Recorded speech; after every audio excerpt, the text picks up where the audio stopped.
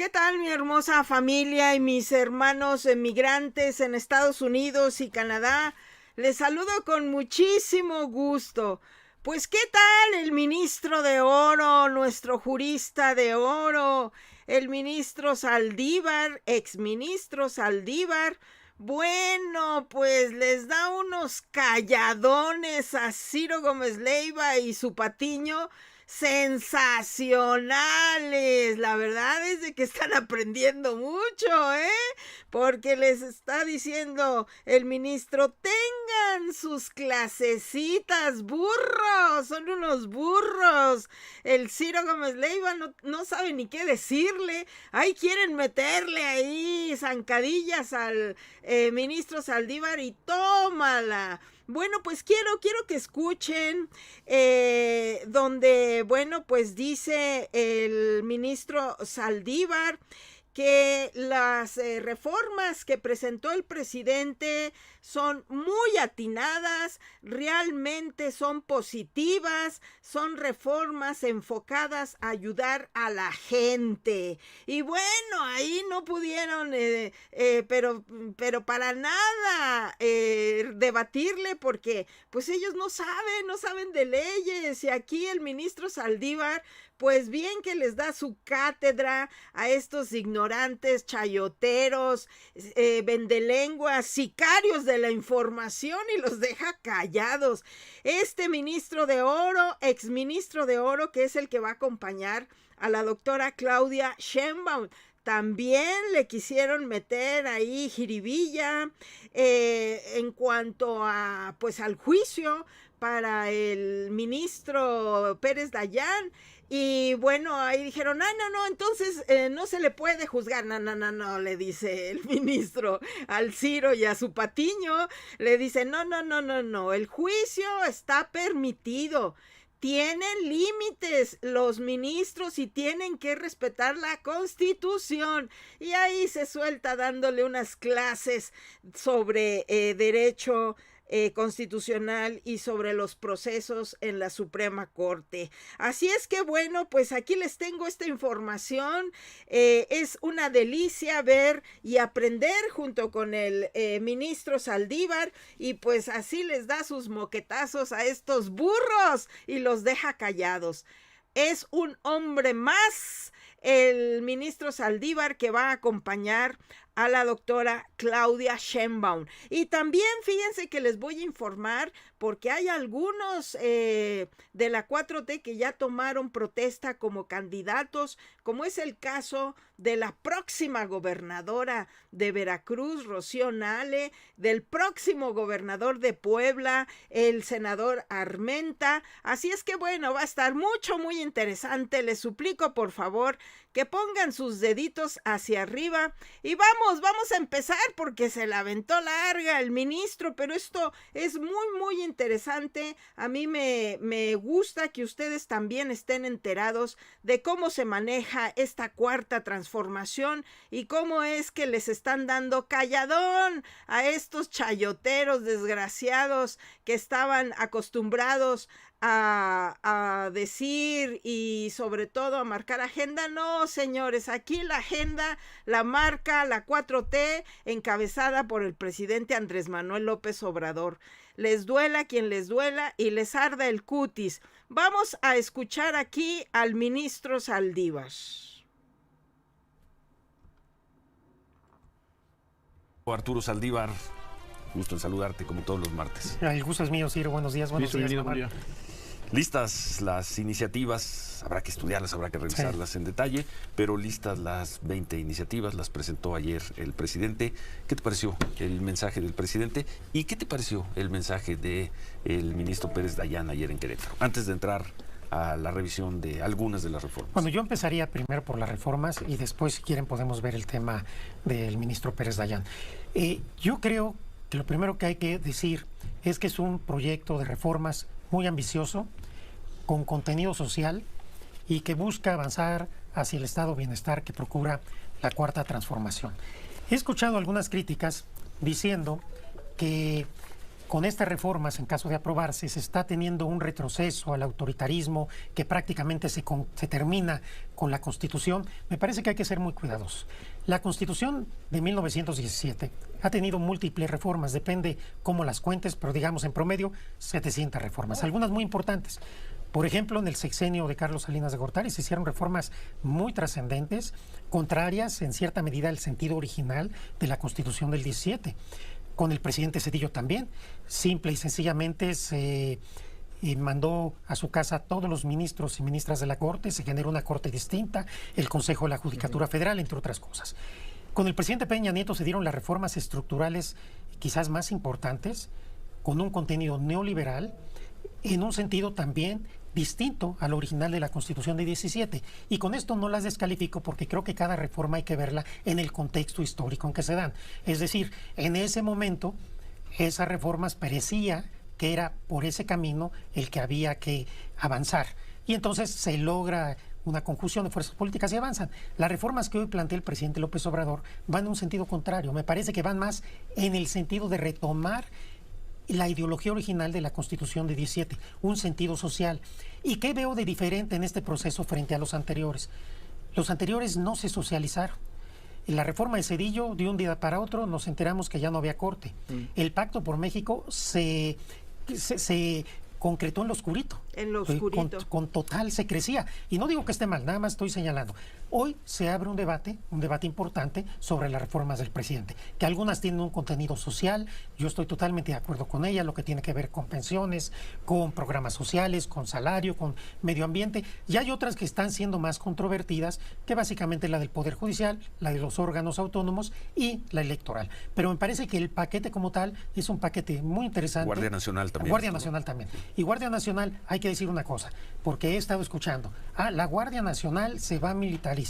No. Lo que ha sostenido la Corte Interamericana de Derechos Humanos, y yo lo dije en el Pleno de la Corte, para que una institución de seguridad pública sea militar, se requieren dos elementos. Primero, que su formación no sea en seguridad pública, sea una formación precisamente militar, castrense, para combatir y abatir al enemigo.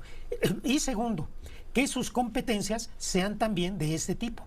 La Guardia Nacional, incluso hoy, incluso cuando estaba escrita la Secretaría de la Defensa Nacional, no tiene eso. Primero, su formación es en seguridad pública. Como aquí se dijo hace rato, incluso el Colegio Militar, allá una licenciatura en seguridad pública.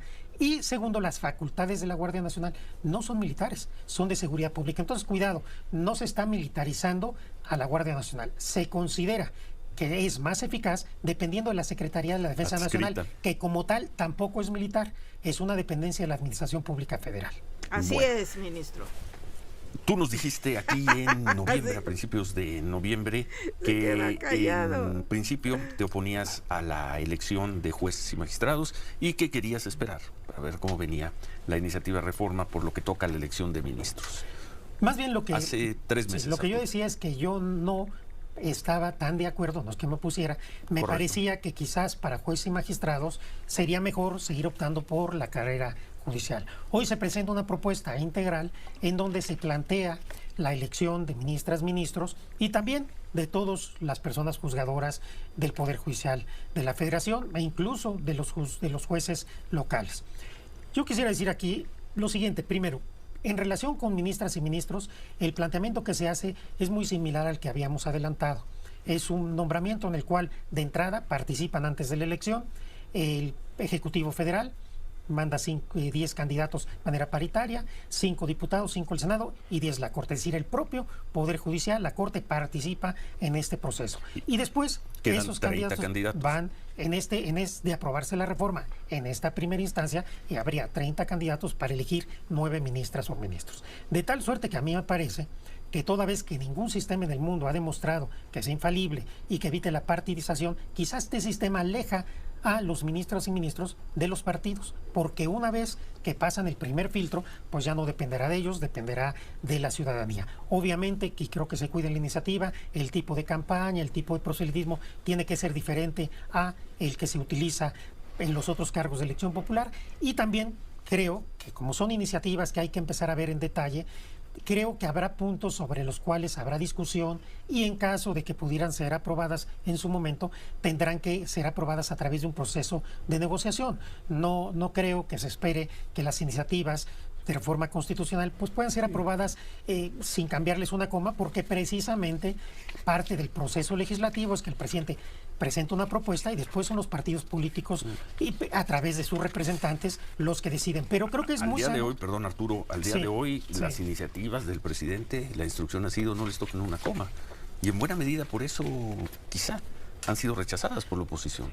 Porque no se le ha dado un espacio a la negociación, al enriquecimiento de esas iniciativas. No veo por qué ahora en febrero, marzo, abril vaya a ser Yo diferente. creo que en febrero, marzo, abril es probable, o no posible, que ciertas iniciativas, como las que tienen que ver con salarios, con pensiones, alguna otra de ese tipo, puedan transitar. Sí. Las otras, las más complicadas, no veo que en este momento se vaya a poder llegar a un acuerdo, por lo que he escuchado de los propios partidos políticos, pero sí me parece que en septiembre, en octubre, quizás haya condiciones, habrá que ver cómo queda la elección, habrá que ver si Morena y sus aliados tienen o no mayoría calificada, y también cuáles son las condiciones, porque las mayorías se construyen.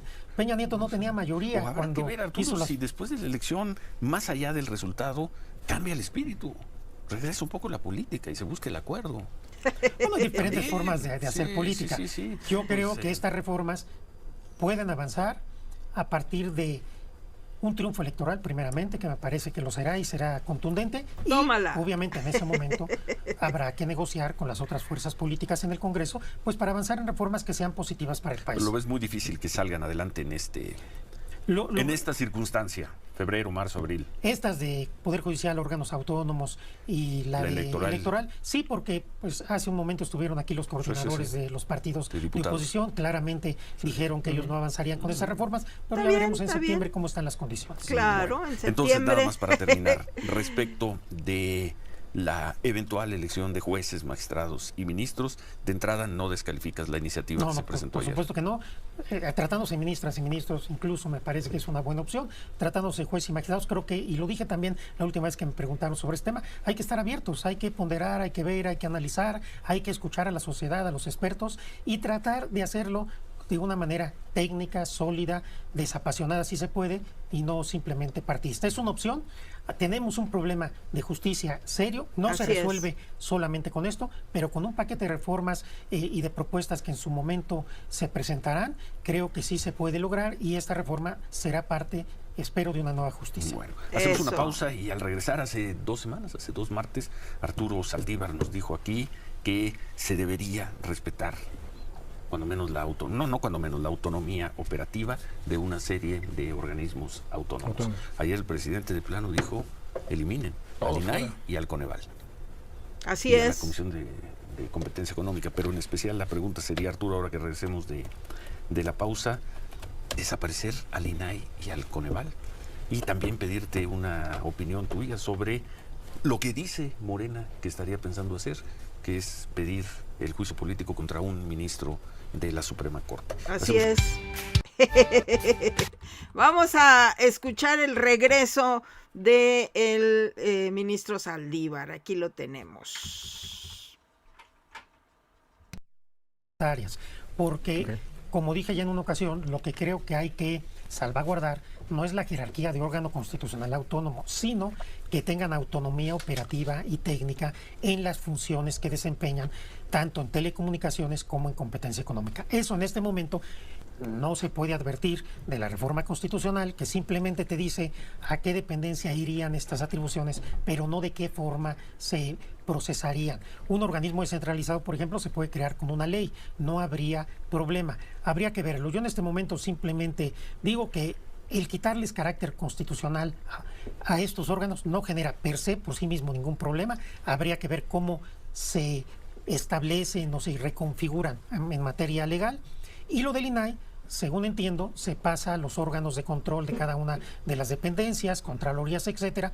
Esto habría que... Deja de ser autónomo. Ahí sí, lo que pasa es que se quita el órgano, digamos, central para efecto de transparencia. Yo sí les quiero aclarar que el presidente lo ha dicho una y otra vez en la mañanera. ¿De qué sirve que sean autónomos si son autónomos e independientes del pueblo? Pasando a organismo de gobierno, son organismos de gobierno y tienen la confianza del pueblo. Es muy sencillo, pero estos, deja de ser autónomo, pues sí, pero son autónomos e independientes del pueblo, ¿se fijan? Están bien torpes. Aquí me están preguntando, ¿de veras no saben? No saben, porque nunca un ministro había estado al público así. Todo lo hacían en lo oscurito, como bien lo dijo el ministro al principio de la entrevista. Vamos a seguir escuchando. Es que se quita el órgano, digamos, central para efecto de transparencia y se pasan estas atribuciones a los órganos internos de cada dependencia, de cada poder. Habrá que analizarlo. De hecho, no es una iniciativa descabellada en ese sentido. Habrá que ver pros y contras. No alcancé a checar el tema de protección de datos personales, a qué dependencia o a qué organización se va. Esto me parece también muy delicado. Creo que habrá que analizar con cuidado las iniciativas e ir viendo cuáles pueden ser sus alcances. Pero en sí mismo, creo que esto no implica que se quite el presidente o la futura presidenta contrapesos, ni que se acabe el constitucionalismo. No. Simplemente estamos tratando de regresar con estas reformas a un constitucionalismo más clásico, en donde haya una mayor unidad de políticas públicas en el Estado mexicano, algo que, reitero, no se puede descalificar en automático. Eso. Desaparición de diputados y senadores plurinominales. Yo creo que la reforma electoral habría que verla con mucho cuidado. Habría que analizar con datos, con cifras, que en este momento yo no las tengo, de números duros, de qué implicaría en términos de representación política quitar a los plurinominales. Yo creo que achicar la Cámara de Diputados es una buena idea, pero habría que analizar cómo queda la representación, porque me parece que lo más sano es que seamos un país donde efectivamente tengamos una representación de mayoría relativa, pero también hay una representación de aquellos partidos políticos que no lograron ganar sus distritos. Habría que analizar. Eso se acaba en lo que dijo ayer el presidente, lo que presentó se acaba. Hay 300 distritos electorales, quien gane la elección va a Cámara de Diputados y nadie más. Hay 32 estados, los dos ganadores, la fórmula ganadora. Así es. Cada uno de los 32 entidades va al Senado. Es que no he visto ya cómo quedó la versión final, pero había 300 diputados, 64 senadores. Había una opción de disminuir a 200 distritos y que los otros 100 pudieran ser la primera minoría o pudieran ser por lista. No me dio tiempo de ver cómo quedó la reforma electoral. Si te parece, la analizamos y la podemos platicar. Tenemos tiempo. Yo creo que esta reforma nos va a dar para 12 3 meses. Sí.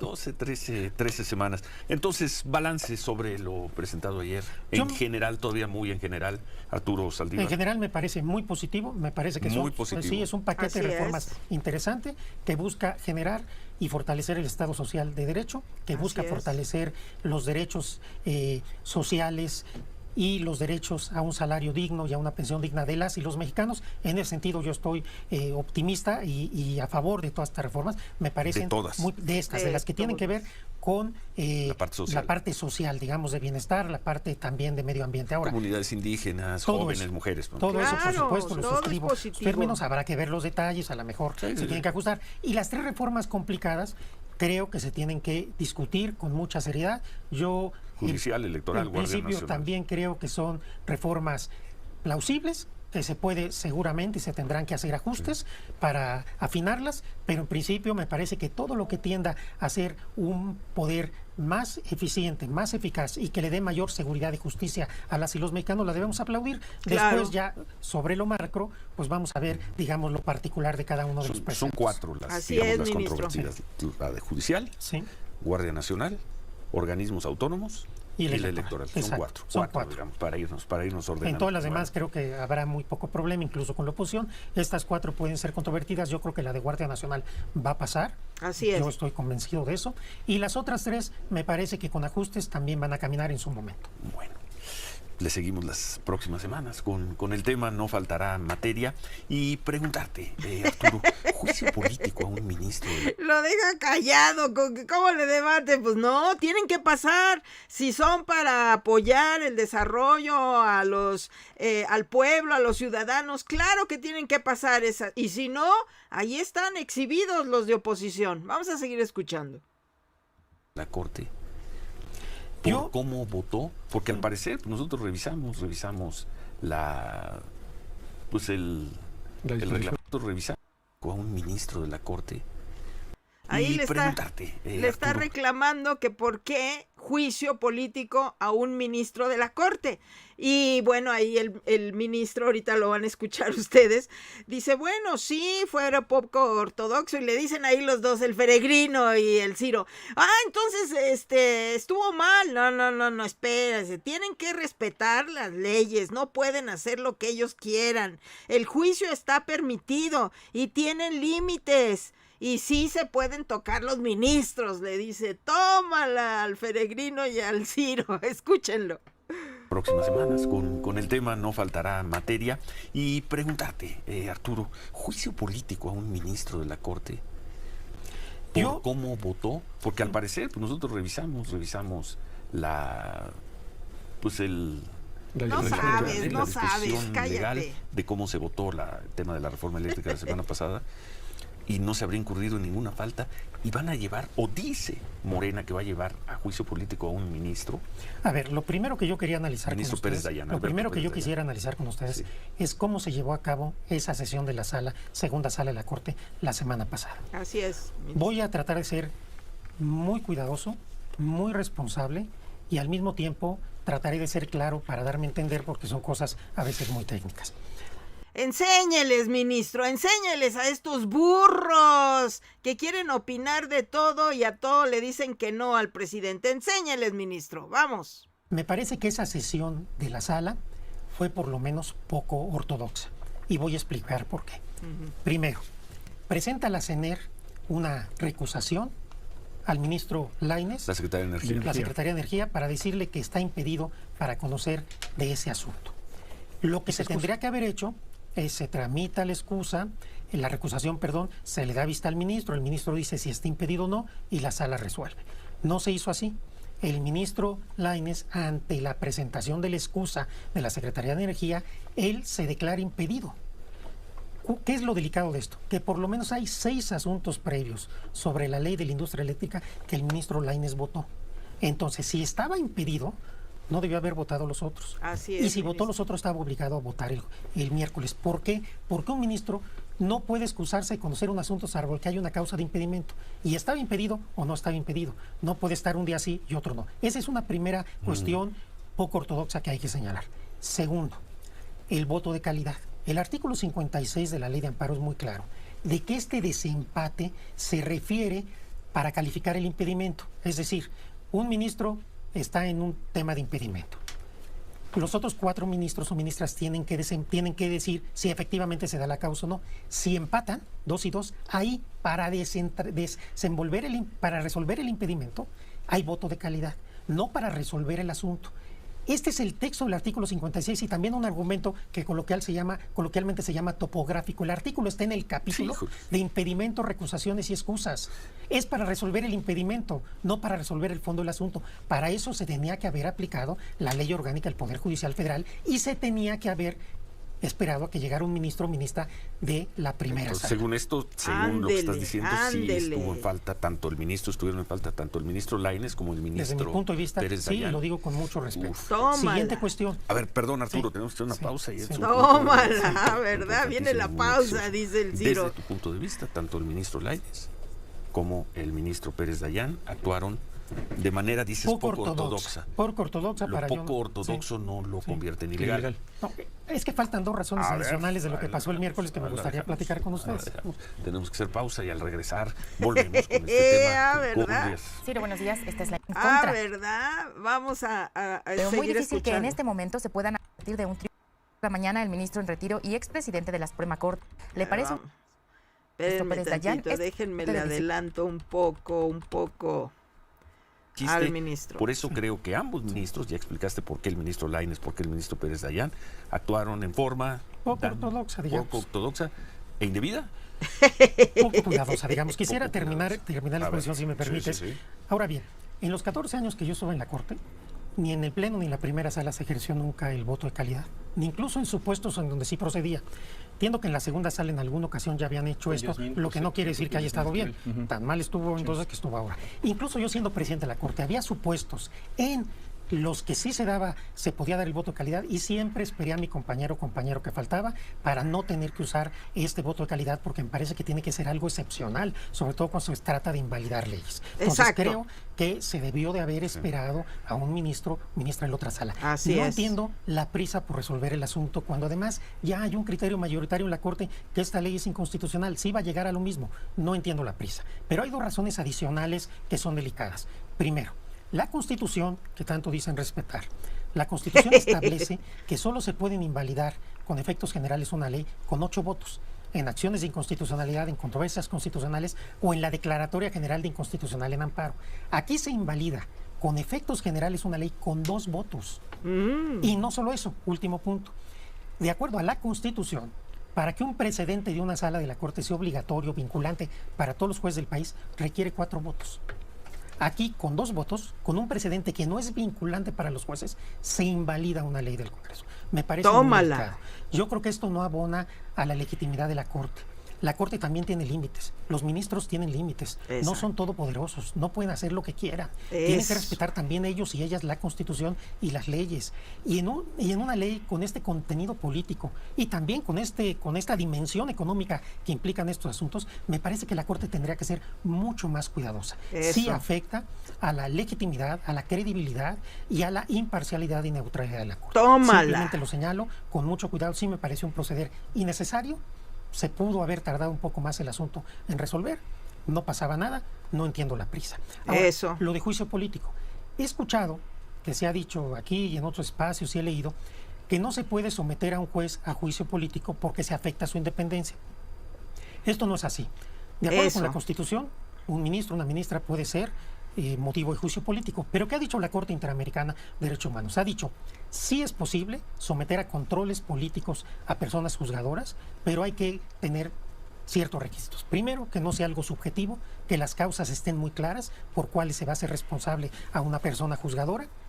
Y en principio, no se puede analizar el sentido de su votación, salvo que se acredite que hay una intencionalidad del juez o de la jueza, ministro o ministra, de fallar en ese sentido contrario a la ley o que sea un error inexcusable. De tal suerte que teóricamente es viable, es posible. Yo creo que no es el camino más adecuado empezar en una situación de enfrentamiento adicional al que ya tenemos, que cuando la Corte o un juez falla un asunto, pues entonces vamos a recurrir al juicio político. ¿Lo puedes repetir? Sí. ¿Tú crees que no es el camino? Me parece... Ahí el Ciro luego, ¿crees que no es el camino? Y, o sea, quería sacarle que no era el camino el juicio político y bolas, lo deja bien callado Saldívar. Escuchen, ahí están los dos, el peregrino y el burro del Ciro. Entonces no es lo correcto. No, espérate. Tienen que respetar las leyes, no pueden hacer lo que quieran, dice Saldívar. Escúchenlo. Es viable, es posible.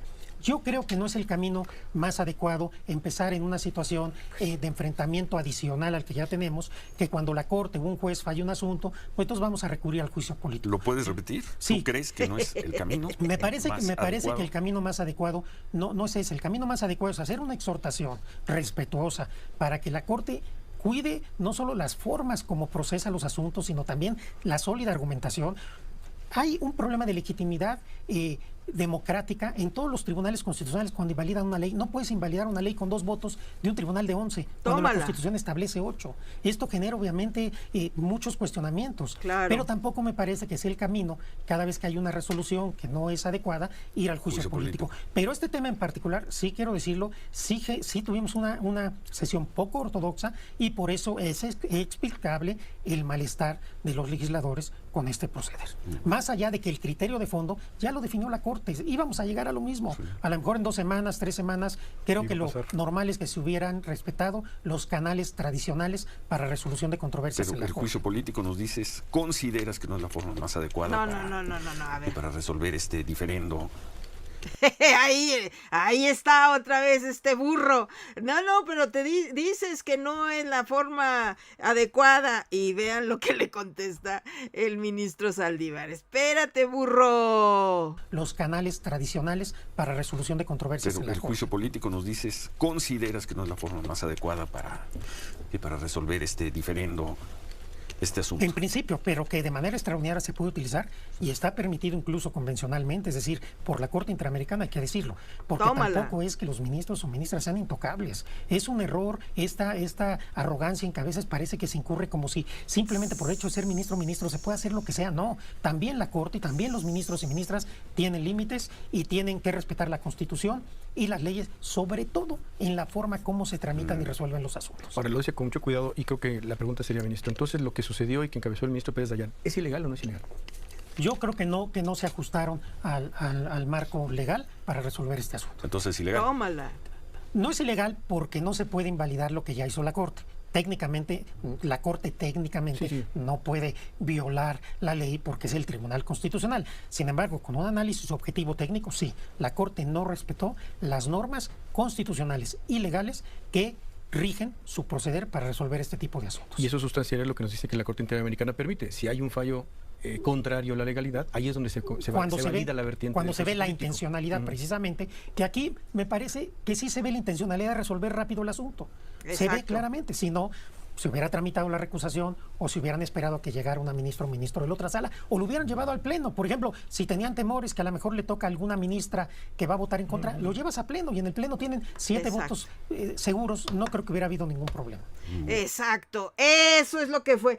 Y es que aquí me está preguntando Yolanda Torres, dice, poco ortodoxa, ¿qué es esa palabra, Nancy? Por favor, soy señora de 58 años, disculpa mi ignorancia. No te preocupes, Yolanda.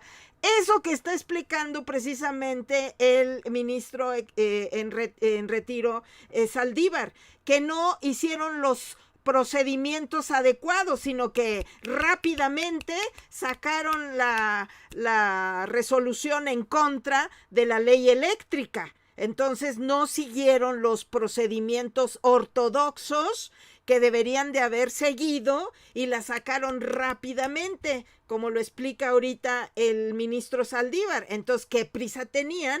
Pues ponerle en la madre al presidente y ponerle en la madre a los mexicanos y echar abajo la ley eléctrica para que sigan los capitales extranjeros explotando nuestra energía. A eso se refiere mi queridísima Yolanda y aquí lo explica muy bien. Se apresuraron a votar esto nada más 2 ministros, entonces no siguieron los procedimientos ortodoxos, que quiere decir el procedimiento que siempre se sigue, sino que se brincaron las trancas, para que me entiendas. Vamos a escuchar otra vez la explicación del presidente, el presidente, ya le estoy diciendo presidente. Y bueno, dice, tienen que respetar las leyes, no pueden hacer lo que quieran los ministros, ¿no? Escúchalo cómo lo explica, cómo es que se brincaron las trancas. Entonces es ilegal. No es ilegal porque no se puede invalidar lo que ya hizo la Corte. Técnicamente, la Corte técnicamente no puede violar la ley porque es el Tribunal Constitucional. Sin embargo, con un análisis objetivo técnico, sí, la Corte no respetó las normas constitucionales y legales que rigen su proceder para resolver este tipo de asuntos. Y eso sustancial es lo que nos dice que la Corte Interamericana permite. Si hay un fallo contrario a la legalidad, ahí es donde se valida la vertiente. Cuando se ve la intencionalidad, precisamente, que aquí me parece que sí se ve la intencionalidad de resolver rápido el asunto. Exacto. Se ve claramente, si no, se hubiera tramitado la recusación o si hubieran esperado a que llegara una ministra o ministro de la otra sala o lo hubieran llevado al pleno. Por ejemplo, si tenían temores que a lo mejor le toca a alguna ministra que va a votar en contra, lo llevas a pleno y en el pleno tienen 7 votos seguros. No creo que hubiera habido ningún problema. Exacto. Bueno, puedes imaginar la controversia, ¿no? Incluso allá dentro de la Suprema Corte que están generando tus palabras esta mañana, Arturo Saldívar. Pues sus clasecitas. Sofía, Buen día, Ciro. Buen día, ministro. Y bueno, vamos a ver la última parte para que el tema de escuchen. seguridad, obviamente. Pues a mí me parece que siempre Que haya tratado con el presidente Biden. ¿Cómo ves ese tema, Arturo? Pues a mí me parece que siempre es muy sano que haya diálogo entre los estados. En el tema de seguridad, obviamente es un tema que trasciende con mucho al país. Tiene un vínculo necesario con lo que pasa en Estados Unidos, con el tráfico de armas, con el mercado más grande del mundo para las drogas. Y a mí me parece que el diálogo siempre es importante y ojalá a partir de este diálogo pues se puedan tomar medidas que vayan fortaleciendo la cooperación internacional. Yo creo que es sana. Bueno. Y bien la respuesta del presidente. Sí, me parece. Yo no muy pensaba bien. recibirla porque Sí. pues dicen que soy sospechoso. ¿Quién dice eso? Según estos trabajos, son personas de la DEA. Sí, que además una- uno de ellos ya dijo que no había ninguna prueba sobre esto y el artículo incluso que se ha Personas refritado de la DEA, se lo puso fuentes. como interrogación. Sí, uno de los 3 artículos, pero El principal, porque los otros refritearon. Sí, lo hemos dicho aquí. Y miren lo que dice el Ciro, que él no acostumbra a andar publicando esas cosas que son mentira y que no tienen sustento. Ay, si son, es también los montajes, dicen puras mentiras y lanzan el veneno. Escúchenlo ustedes, que él no es como Anabel Hernández, obviamente no la menciona, pero escuchen ustedes qué mentiroso el Ciro. Que se ha refritado se lo puso como interrogación. Sí, uno de los 3 artículos, pero El principal, porque los otros refritearon. Sí, lo hemos dicho aquí.